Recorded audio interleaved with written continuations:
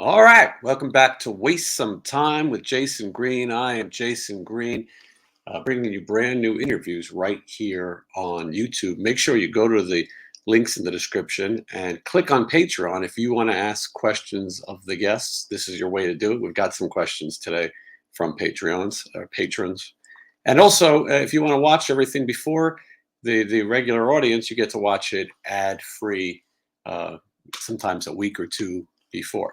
Sometimes not as much. But anyway, we've got a great show today. I am happy to see Steve Riley is back. If you watched the show, you know we had Steve Riley on to talk about one of the anniversaries of WASP, and he talked a little bit about his history with LA Guns and now Riley's LA Guns. And then we had Kelly Nichols on, who's talked a little bit more, and they were both talking about this upcoming record, The Dark Horse. Well, today we are going to get into it even deeper, track by track. The record will be available May 19th. It's available for pre-order now. We'll have the link in the description. So we're going to talk to Steve Riley right after this. Just wanna waste some time with you. Sometimes it seems too good to be true. Nobody out there can waste time with that.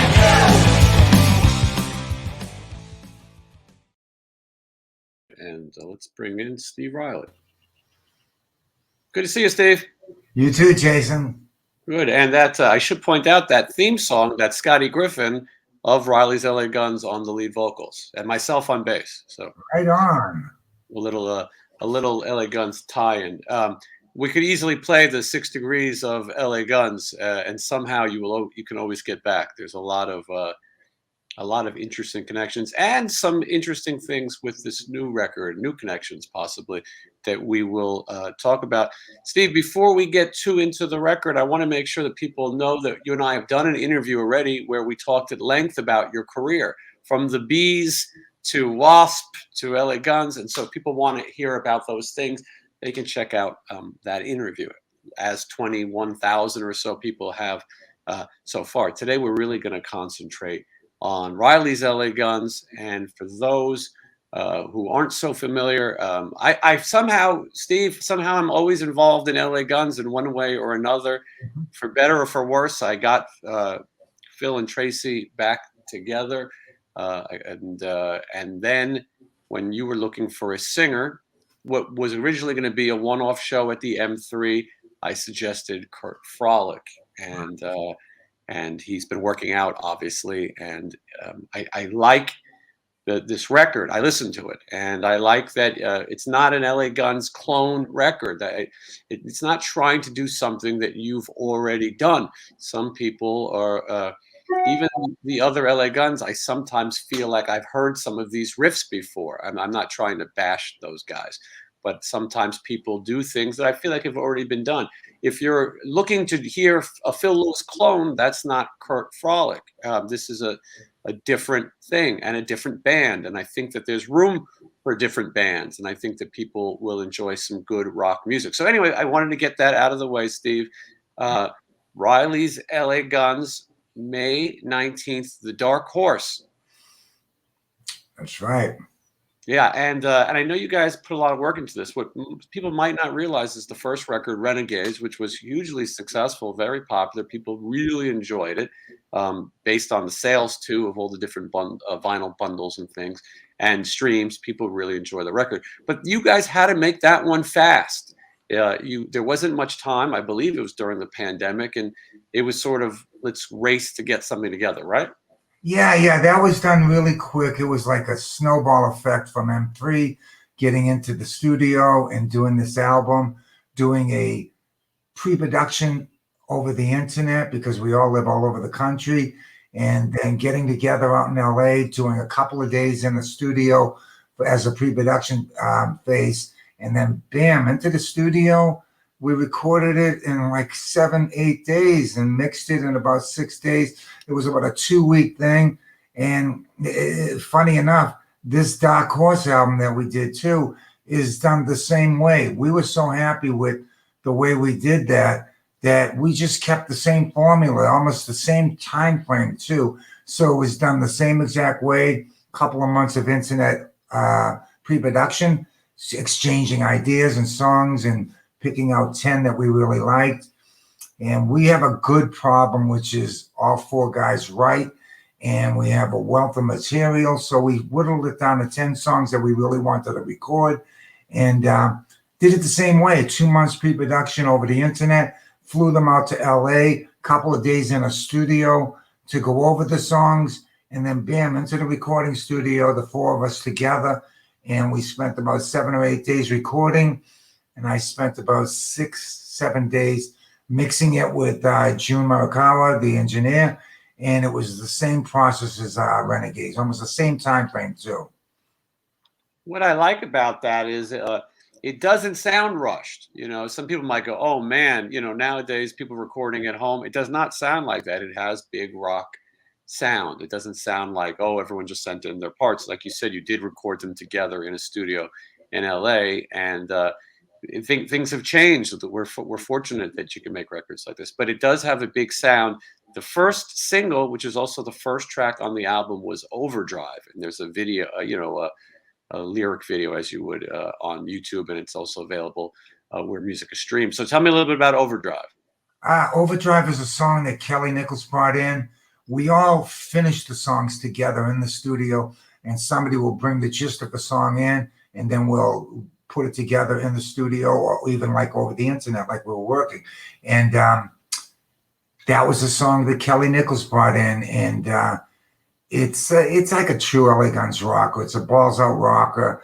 And when we were trying to decide about a first single to come out of the chute with, it was kind of a no-brainer. It was a nice rocker, and we're happy with that song. I really dig it. We're going to start playing it on these upcoming shows too.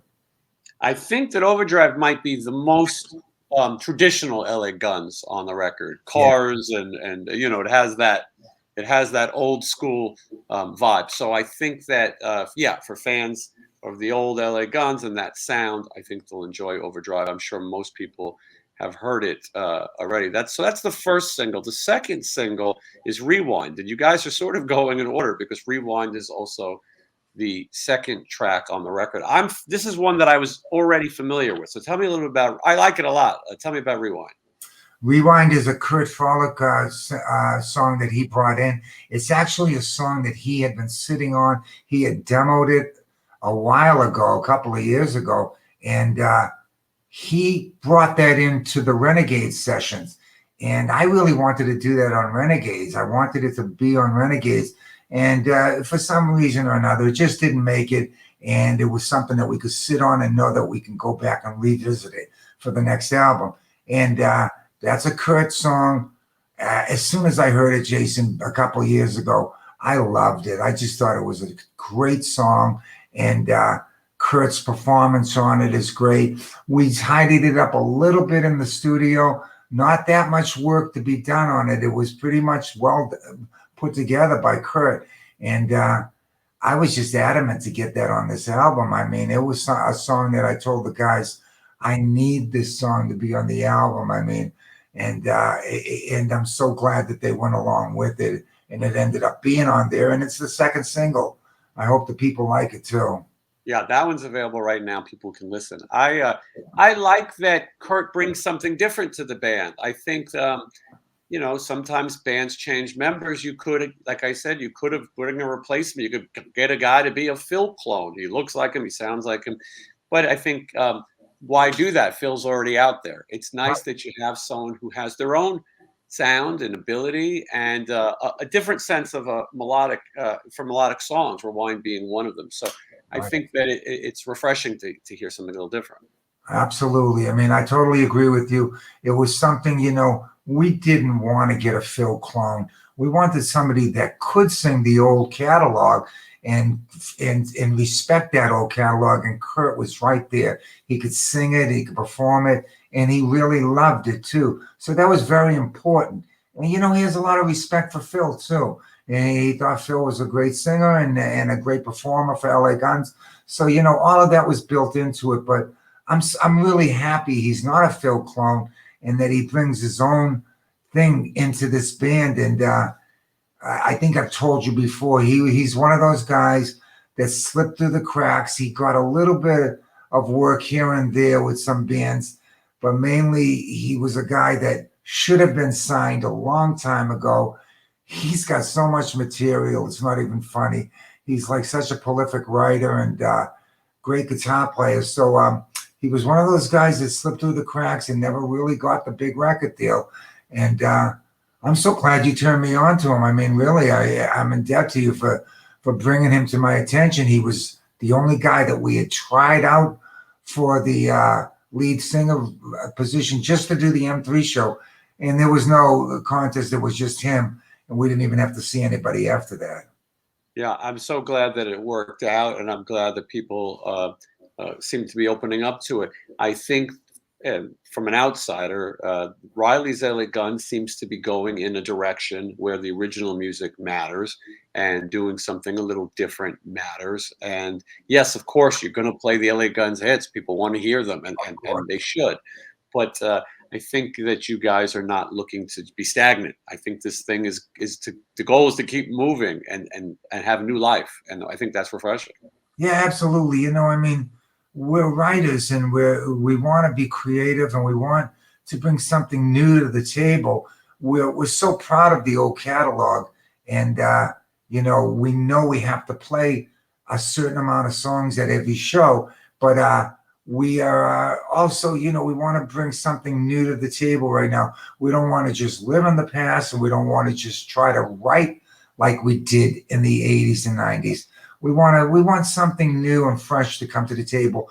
And certainly with Kurt and Scott, they bring something nice and fresh to the band. Yeah. Okay. So I think for the first time here, we'll talk a little bit about the track listing on the record, and we'll talk a little bit about the songs. Some people will have to wait a little while until May to hear them, but we'll chat about it now. The Dark Horse is the third song on the record, maybe my favorite on the record. I really like it. A little bit heavier. Yep, that's a Kelly Nichols song that he brought in. And it's funny, the way the sequence goes on the album is the first three singles. The next single that will be coming out in April will be The Dark Horse. And that's a Kelly Nichols song. He had written like 3 or 4 songs right towards the end of our pre-production. And they were really in just a basic skeleton form, and when he brought them in, and we could hear that there was something really cool in there. And once, you know, Kurt got his hands on it and helped him with some melodies, and we helped with some phrasing and arranging, the song came together great. I really loved the way Dark Horse turned out. Yeah, I'm excited for people to get to hear that one. You got a little bit more of a wait, but great song. Okay, we'll talk some more. Somebody Save Me, Kelly. I have to Steve, I have to ask this question.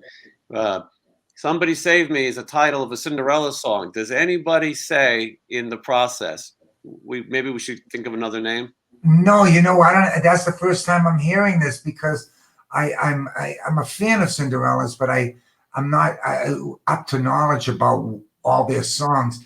Somebody Save Me is one of their songs. It's the first time I'm hearing it, because another song that Kelly brought in, which is Changing Lights on the second side of the album, we were going to call that Burn. We were going to call it another song, and they were really freaked out about, no, there's a song already by Deep Purple called Burn, and there's something else that he brought in to title that song. And we actually made a conscientious effort not to title that after a song. So that's the first I'm hearing about the Cinderella thing. Yeah, it's funny sometimes, you know, when you're in the studio, people have ideas, and there's only so many titles in the world. There's only so many chords, and so sometimes things get repeated. But I'm always wondering, and I know if I was there, I would have said, wait a second, but that doesn't mean anything. There's a million bands that have songs with the same title. I also enjoy this song. You played this one live. That's the first time I got to hear it. I heard you play it here in Las Vegas. Right, and that's a Scotty Griffin song. He brought that in. It was something that we were working on for Hollywood Forever. And when Phil was in the band and Scotty was playing bass, he had brought this song in, and it was a little bit different. It's changed quite a bit. But this song was brought in by Scotty Griffin, and me and him had talked about it when we were talking about bringing in new material. I asked him, what about this song that you had? It was really good. It had some really good stuff in it. And when we brought it in and we finished it in pre-production, I was just so happy because it's turned out to be a little bit of a departure for the band, and it's a great showpiece. Scotty does a bow thing on it, and it's just a really nice, heavy piece. And I love the performances on it. I'm really happy with the way that turned out. Yeah, that's I forgot about the bow. The bow was interesting. I Yeah, think Kelly would like to break the bow over yeah, the I groove. probably didn't dig it, but I guess he's coming around to it now. He's all right with it. But it gives Scotty a little bit of a showtime too. So he Yeah, can step out a little bit. yeah, absolutely. I'm glad to see Scotty getting to shine and do his thing as well. Obviously, a long time Absolutely. friend of mine as well. The next one is "Sweet Summer Girl." I would say the one of two ballads on the record, right? Yeah, yeah, it's one of the two, and it's a Kurt song. Kurt Frolick brought it in, and it's one of the songs that came in a song that came in a little bit late in the pre-production thing. He had worked on it really, really hard too, and it's Sweet Summer Girl, Florida, and it's like a love letter to his wife and his daughter, and he lives down in Florida. He loves it down there, and I just like the way that turned out too. I mean, Kurt's performance on that is just terrific, and it was a late song brought in, and I'm just glad that made the album. Yeah, Steve, it's such a tricky thing. We talk about the name battle of LA Guns, and uh, in a lot of ways, you'll hear people sometimes say, "Why don't they just call it something else?" Well, because you and Kelly were such a part of LA Guns, and you want people to come hear the music, and the LA Guns brand does that. You and Tracy had a partnership in that name, and so you went through a lot of the downtimes. Some of those. American hardcore years were not exactly glamorous, and you stayed and you were consistent when no one else was possibly consistent. You stayed the course, so to speak. And so of course you're going to use the name, and it helps to book the shows. But I think there's plenty of fans who are going to hear songs like the one we just talked about and enjoy it, not because it's LA Guns or because it's a good song and it's a good record. Yeah, and I mean, Kelly and I, we were involved in everything in the early years. The writing, we were in all the videos and everything that was happening with LA Guns. Kelly and I were in there, and we feel like it's part of us too. And it's obviously, Jason. I think most people know that business wise too. If you come out with a no name, then you're going to struggle a little bit. We don't feel like we deserve that. We feel like we deserve to be able to use this name to identify us. When we came to the agreement that I just put my name in front of it to differentiate from the other band, I had no problem with that. I just wanted people to realize that Kelly and I had gone through all of those years in the 80s and 90s, and we co-wrote all the songs, whether anybody wants to dispute that. We were in there and we wrote all the songs. Kelly brought in Ballad of Jane. And so, I mean, we just felt like we needed to do it for our own souls because we feel like we are LA Guns and we are part of the LA Guns original. And with us co-writing all of that original material, we feel like we feel good about doing it too. We're very proud of it. Yeah, and it shows. And so of course you're going to use the name that you guys were such part of. You didn't resort to mudslinging, and you didn't try to false advertise. Every advertisement said who was in the band. No one forced you to do that.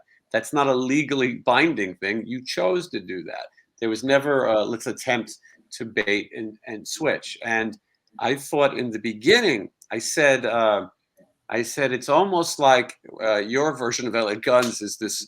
It's like a grudge thing, well, here they are, and we'll see what happens. Well, what happened is I think a lot of people might have been turned off by some of the mudslinging from the other camp, and I Mhm. think that made a lot of people say, well, you know what? I don't really want to hear all that. I'm going to try the other band, or I can listen to both.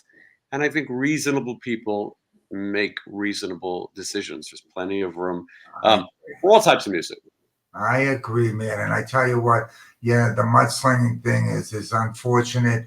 And I'm glad that we just stood firm and we didn't get involved in that. And I think it turns the fans off. It's not even I think. I know it turns the fans off. They don't want to hear that. They like all of the original members from the band in the 80s. And we each have our own little fan base. And nobody really wants to hear that, you know. I think that we stood tall by not jumping into that whole mess of he said, she said. We didn't want to do that, and again, I've said it in many video interviews too, Jason. I like Tracy and Phil. We did so much great stuff together, and I know Kelly feels the same way. We don't have anything bad to say about them, other than the mudslinging. That's out of hand. But other than what we did, and no, we had a great time with those guys, and nothing but good memories of that. So I would never go on record saying I don't like the way this guy plays. I don't like this guy. No. That's not true. I dig those guys. They're doing their own thing. We really wish them the best doing their own thing, what they're going to do. I don't think either band sounds similar. I think we have our own distinct sound right now. And I just hope everybody can dig it and move on. Yeah, ain't that the truth? The truth, by the way, is the next track on the record. So tell me a little bit about that one. That's another Kurt Fuller song that he brought in. He had the basis of it already done for a while. And when we finished it in pre-production, it just turned out great. It was going to be one of the singles. If we have a fourth single, it could very well be The Truth, because I know the label really liked it a lot. But it's another great Kurt song that he brought in, and he's just a great writer, man. I think that he's got so many great ideas. So he's brought in so much material for this album that didn't make it, which is why we're comfortable even going into maybe doing a third album in another year or so, and because we're sitting on a ton of material still. Well, I was going to take questions from some Patreons, but one of the questions that's come in a few times is, do you feel like there's more in you? Do you think there's another record? How long do you think it'll go? Well, you know what? I think that because this is Dark Horse is coming out in May, I think that you can automatically say a year is going to be spent trying to support that album.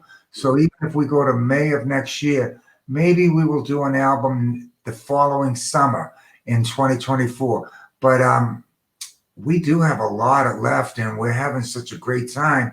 And it's such a great chemistry of us coming together and doing albums and writing quickly without overthinking it and just having fun with it, that we have a ton of material, man. And if Golden Robot Records wants us to do another album, we're totally ready, and the band's getting along so well that I could see it as a big possibility. I will say that one of the people who asked that question was Mark Alexander Erber, the president of Golden Robot. I think he was interested to see what's going on too. I will point out, I spent some time with you guys. I was in between shows with Stephen Pearcy. I stayed over to make sure I'd get to catch the band and then interview Kelly. You guys have a very, everybody's very laid back. It's very easy. Everyone seems to get along, no drama, and everyone has their own sort of person, as you said, personalities. And what a great thing for you to be around, because I know it hasn't always been that way in every band. You know, and especially after Phil and Tracy got together with all of this crap that was slung all over the internet, that was intense. And it was like, you know, a little bit hurtful because it was unnecessary. And some of the stuff that was said was a little ridiculous too. And so, you know, getting together with these guys, especially Kelly, you know, Kelly and me are great friends, and we're battery mates, and we've been together as the rhythm section for LA Guns for so long now, and just good friends. And having him with me is such a pleasure. But having Scotty and Kurt, two guys that are so talented, yet so laid back and so cocksure of themselves. They're not worried about anything, you know, because they know that they can do this. That means a lot too. So when you saw us backstage, you could really feel it too. There's such a laid back feel. we get along great, and it's a pleasure.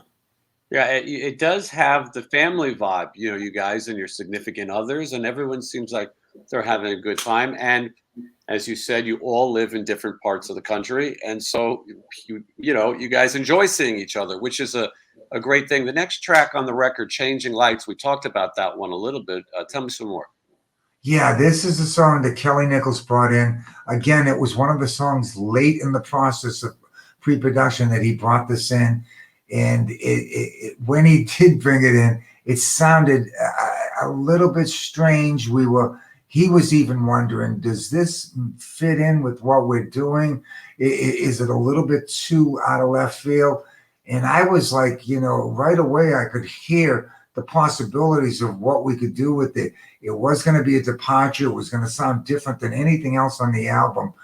But I'm so glad we did it because it just shows you some range of the band too. Somebody Saved Me and Changing Lights. It shows your range, and I think that's important. I told the band that light and dark sound is really good for a band. It's healthy, and it's good to show the fans too that we have a broad range of taste too. And Changing Lights is certainly something that's different than everything else on the album. But I really think that song. I really like the way that turned out. Yeah, and it is good to show some diversity, and that yeah, it's not. This is not just a one kind of listen record. Track number 8, "It's the World." That is a Kelly Nichols song that he brought in too. And you know, all of the songs Kelly brought in, Overdrive, It's the World, Changing Lights, he did them really late in the pre-production mode too. He brought these in, like I said, there were skeletons of what they were what they turned out to be. It was just ideas. He had done them on a small little machine and then let us hear them. And he was really asking us to give it a chance, especially It's the World too. You know, give this a chance. Let's see how it comes together. And again, I'm so glad we did. We put a lot of effort into it. Kurt brought his special quality to that phrasing and the melody and helped Kelly put that together. And it's a terrific song. It very well could be a fourth single because Kelly wanted it maybe to be a second single, but we were already in the rewind mode and everybody was set for that. But It's the World could very well be a fourth single. Yeah. Okay. Track number 9 is Down Day Drag. I want to make sure I got that right. Yeah, you're not going to believe this. It's a song that I wrote over 40 years ago. I wrote it when I was in the Bees in Chicago, and we were living up in Lake Geneva, and we were just writing and writing and writing. It was getting ready for the second Bees album that never came together for one reason or another, because that band was great, and I thought that it could go on. We had Tom Werman producing, and he was ready to do a second album with us. But for some reason, it didn't come together. But we had written something like 50 songs up there. We had just this great house on the lake, and we just had a studio set up in the living room, and we were writing and writing. Down Day Drag was a song that I had written back then and 40 years ago. And I brought it into the pre-production, let the guys hear it. We changed the rhythm of it a little bit. It moves a little bit like Crawl did, where it's just a constant one beat kick drum moving through the whole thing. And Kurt again brought his special qualities in, and he helped pull it together a little bit better. But it's an old song I had been sitting on 40 years now. It's great. It's never too late for a good idea. And then track 10, which is the final regular track on that record, is While I'm Away.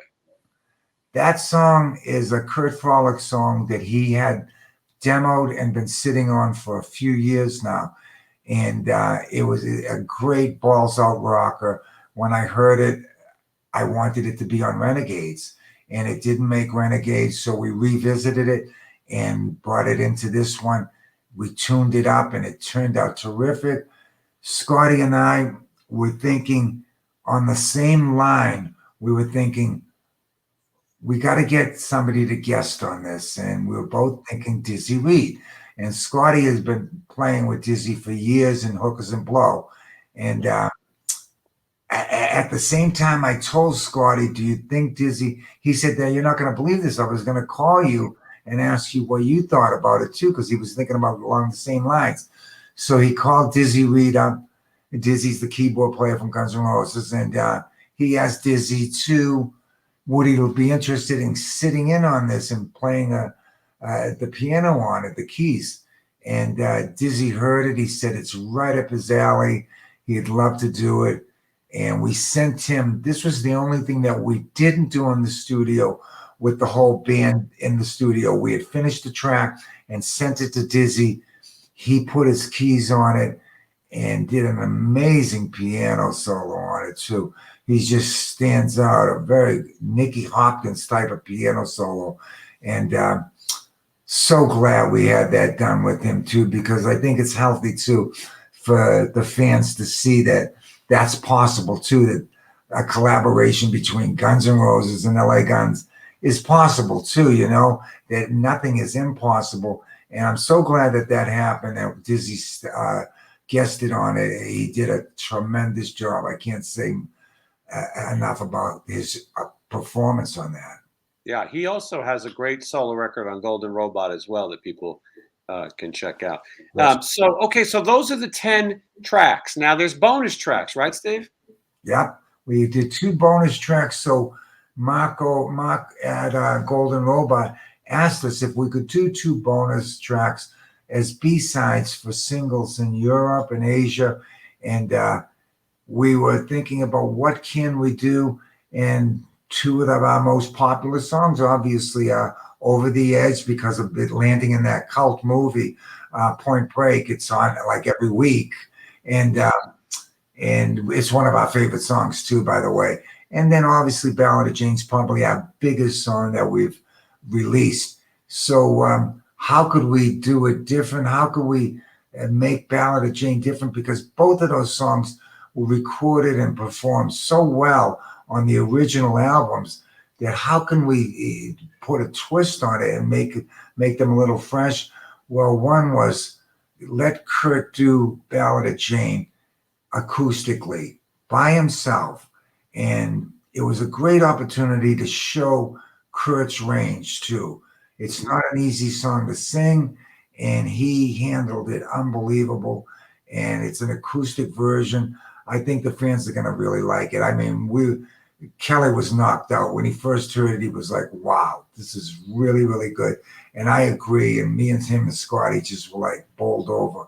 And with Over the Edge, we wanted to not try to duplicate that production that was done on it with the strings and the intro with the Japanese intro. We didn't want to go that route and try to duplicate that whole thing. We just wanted to do it as a bare bones balls out rocker. And I think, again, the performance by Kurt on it, it's not an easy song to sing, and he just nailed it. And Scotty also with the guitars. Me and Kelly knew what we were going to do because we had recorded it and helped write it. But the thing is that I think we nailed that too. But it's just it's kind of a drier production, but it's just it's a great performance. Yeah, in my interview with Kelly Nichols, we'll have a link at the end so you can see my first interview with Steve and my interview with Kelly. But he talks about bringing in the Ballad of Jane the first time because there were so many rumors, and some of the other members had also taken credit for it at times. Yeah. And then there was some people saying it's about my ex-girlfriend, or some people say it was about Jane Mansfield. Kelly's story is actually very interesting. The song, according to him, is really about Mickey Hargitay, who Jane Mansfield's widower at the end of the day, and how he felt. He was watching a documentary talking about losing his wife, who was an icon. And so it was an interesting story, and it sort of set the record straight a little bit of where the idea came from. And so, of course, it's a part of your legacy. It's a part of your history. And it's a part of the LA Guns history. I like that it's a bonus track for those who want it and will find it and enjoy it. I like that Golden Robot is up on promoting. They put together good things, vinyl, and keep it fresh. Singles. I think that is the way to do it. We're talking prematurely. The record will be out May 19th, but we're getting people excited by talking about it now, and maybe get some people to stream the singles, and sort of a more old-fashioned approach. People are back to collecting vinyl. I never thought it would happen, but people like the different color vinyl.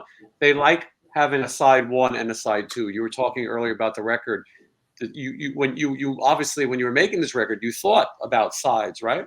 Absolutely, and I can't say enough too about Mark Alexander over at Golden Road, but the guy is so invested in what he's doing, and he doesn't want to just make an album and release it. He wants it to be special. He wants to make something special about it, with the packaging, with the bundles, with how it's presented to the fans.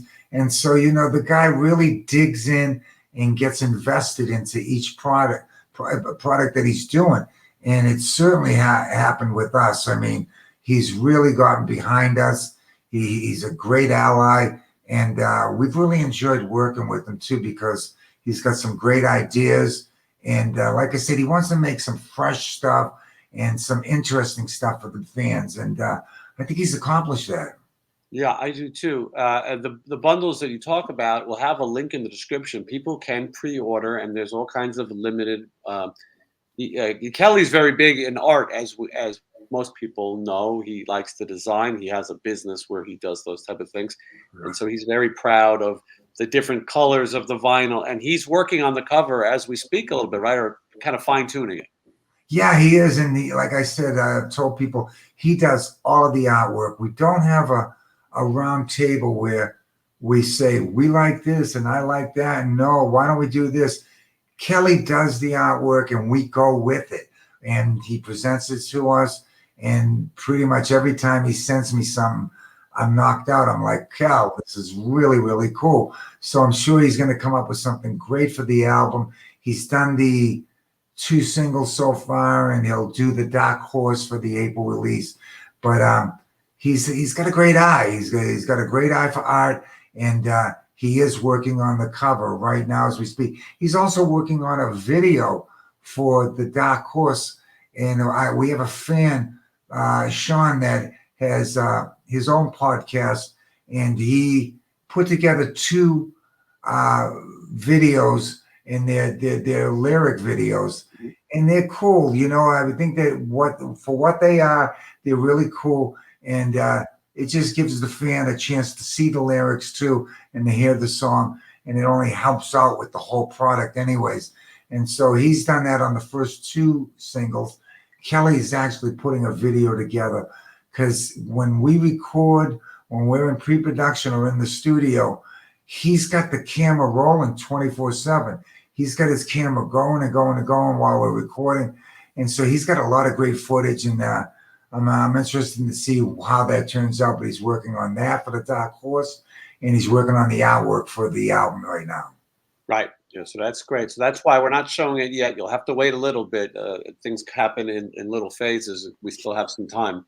May 19th is the release date. Let's talk about live music a little bit, Steve. So, because this is a live band as well, and you're a band that came out sort of in a pandemic, so it was hard to put it together. And you were also you had something to prove. It was brand new. I think a lot of people wondered, is this lineup going to stay together? Or is this just a little, are they just trying to poke the other guys?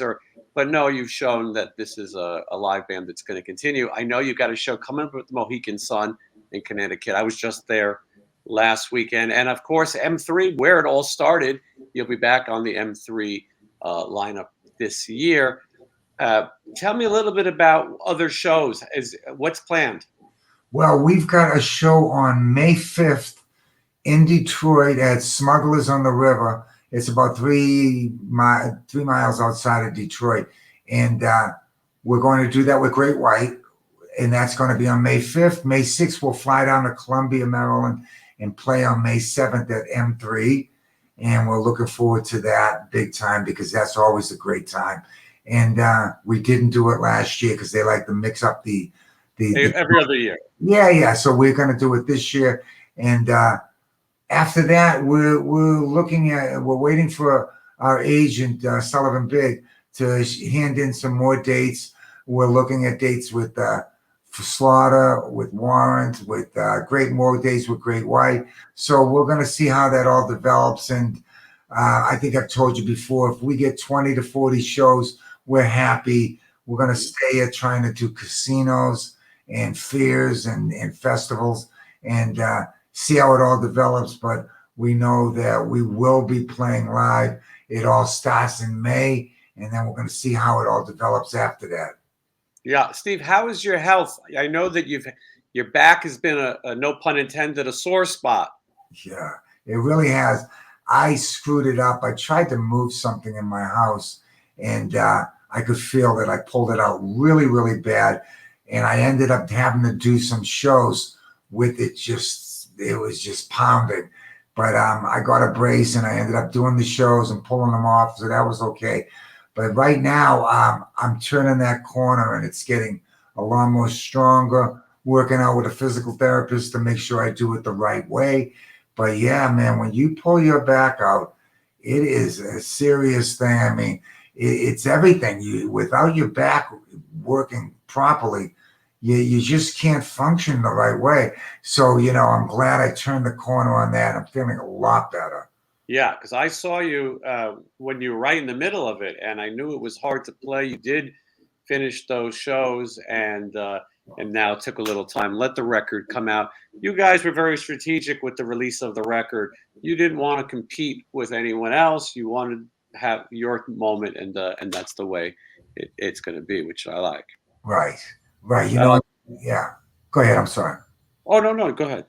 Yeah, I mean, and we're following Mark Alexander and our manager too, Eric Baker. They got a nice plan for how we can do this, and you got to be kind of strategic right now to stretch this out and make it work the right way, and not just release the album and then boom, it's over. And then what do? You got to make sure that you think it out a little bit. And both Eric and Mark have put together a nice plan with the release of these singles and then us touring. There's a very good chance we might go over to Australia this year too, because that's where Golden Robot is. And so, I mean, a bunch of stuff. And yeah, you just got to really think it out nowadays on how you want to release stuff. Yeah, and this year you will be in people's face. The band is going to be out there, going to be playing, going to be releasing these videos. So I think for those who enjoyed Renegades, and a lot of people I spoke to really did, I think you're going to enjoy this record too. I think you'll enjoy this one more, in my opinion. And I liked Renegades as well. A couple of people wrote in questions. Some of these questions are answered in me and Steve's first interview. So this one, for example, from Sean. He was asking, I wonder why he left Keel for Wasp. Well, the answer to that is in that first interview. We talk all about Keel. We talk all about Wasp. And so we'll leave that one at that. But this question is coming up a lot, too. This is from Mark Sanchez. Did Steve see any Wasp shows last year? And so that is a good question. Did you go to any Wasp shows? I didn't go to any Wasp shows. I wish I could have seen them because I know Blackie always puts together a really good band. And I have never hid the fact that if he was going to do a 40th anniversary, I thought it would have been a great idea to get me, Chris Holmes, and Randy Piper back. I think the fans would have really liked it.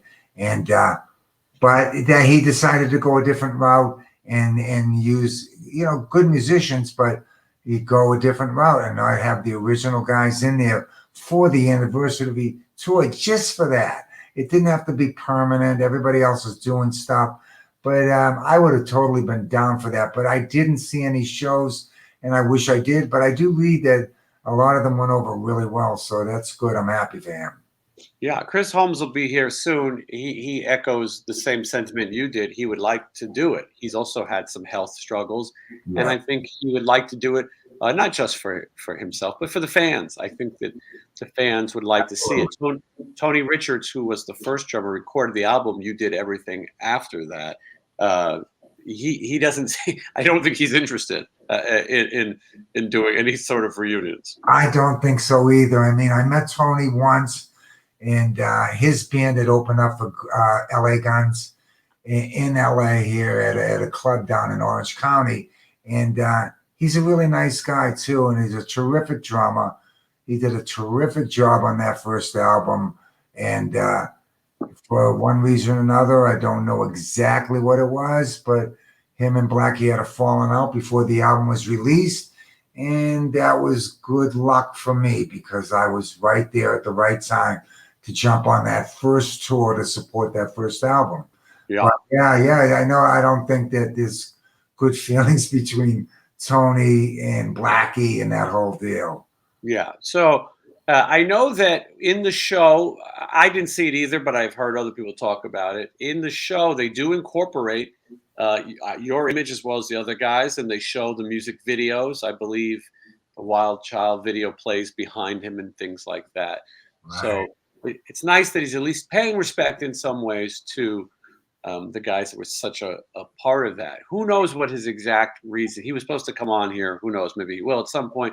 But who knows what the exact reason is? Some people become control freaks, and sometimes people feel like I've built my own thing and I'm going to just ride it out. Well, yeah, and I don't think anybody really contested him that was his band. Even the original guys with me, Randy, and Chris. I don't think we ever contested that he was the leader. He was going to make most of the decisions, and he was writing most of the material.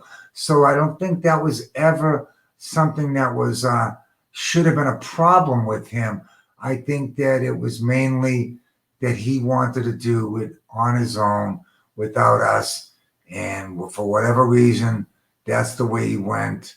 I was very lucky. I went right from that into LA Guns. But Chris and Randy, they struggled a little bit after that. And I felt for them too, because two talented guys, two great guys, and I had a lot of great times with them.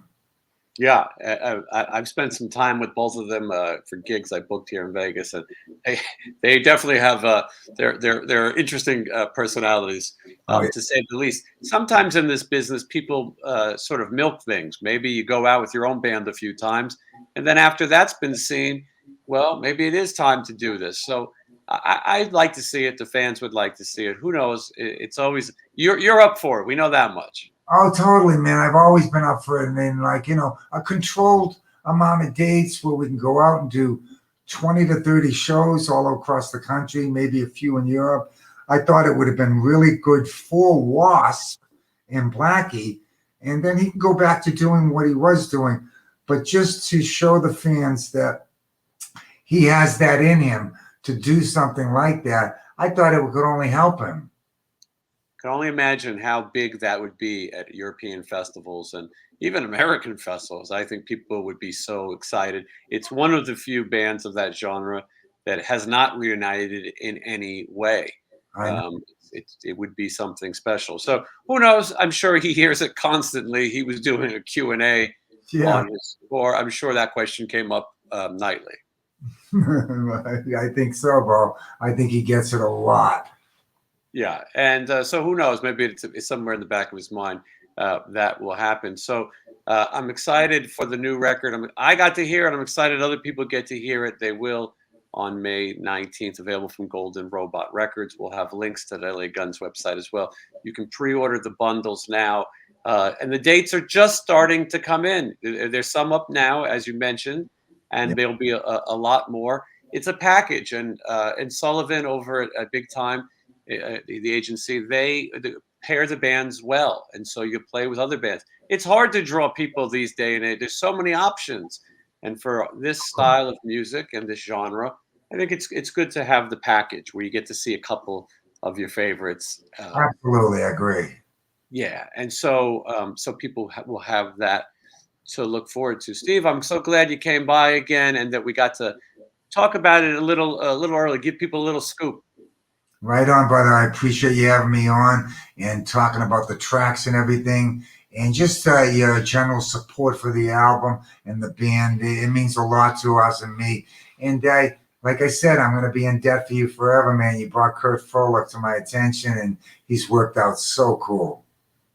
Yeah, I'm really glad to see that work out. And as I said earlier, to see it sort of gel into its own thing.